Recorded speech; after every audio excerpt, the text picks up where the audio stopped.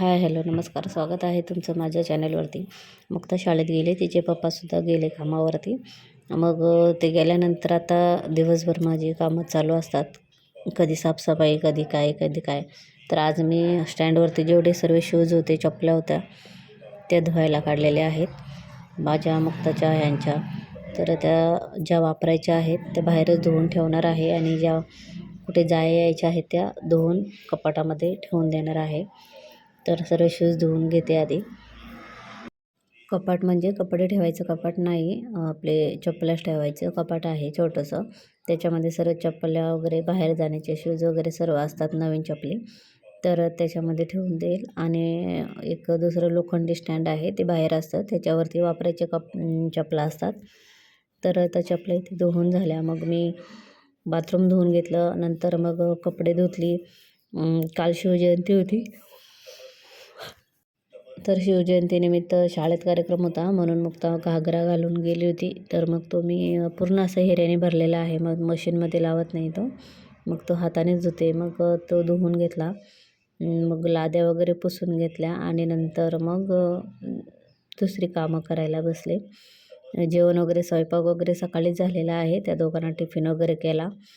अंघोळ पण झालेली आहे, पण आता लाद्या वगैरे पुसायच्या राहिलेल्या आहेत. सकाळी थोडी लेट उठली, त्यामुळे अंघोळीच्या आधी मी लादी पुसून घेतली नाही. तर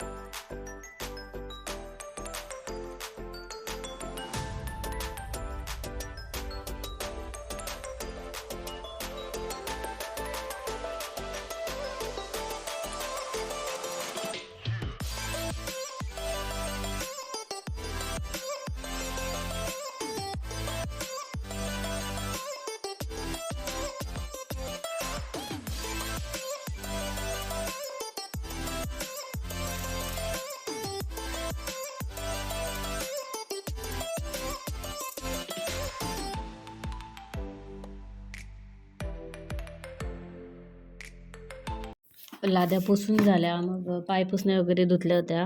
मग दुसऱ्या टाकल्या, मशीन लावली कपड्यांची आणि सर्व कंगवे वगैरे धुवून घेतल्या, म्हणजे त्यासुद्धा धुतल्या. कंगवे वगैरे साफ केले.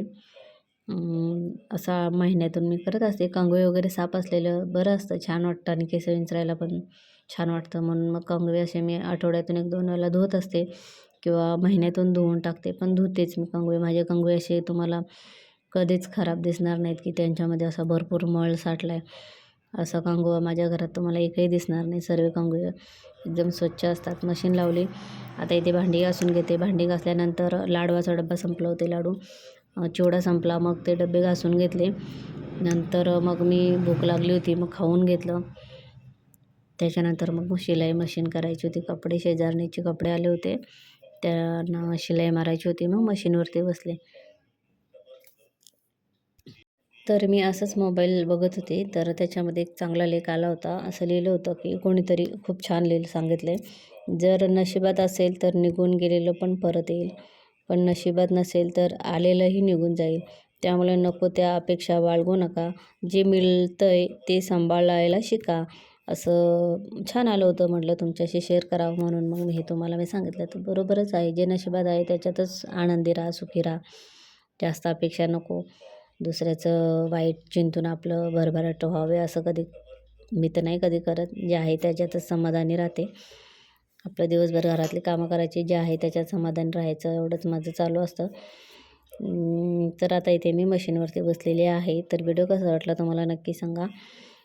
3:30 वाजेपर्यंत मी शिलाई मशीनवरती बसले. मग आवरलं, कपडे चेंज केली आणि मुक्ताला आणायला गेली शाळेत. तर व्हिडिओ आवडल्यास लाईक करा, शेअर करा, कमेंट करा, सबस्क्राईब करा. तर भेटू आपण अशाच नवनवीन व्हिडिओमध्ये. तोपर्यंत बाय. तर चला मुक्ताला आणायला माझ्याबरोबर.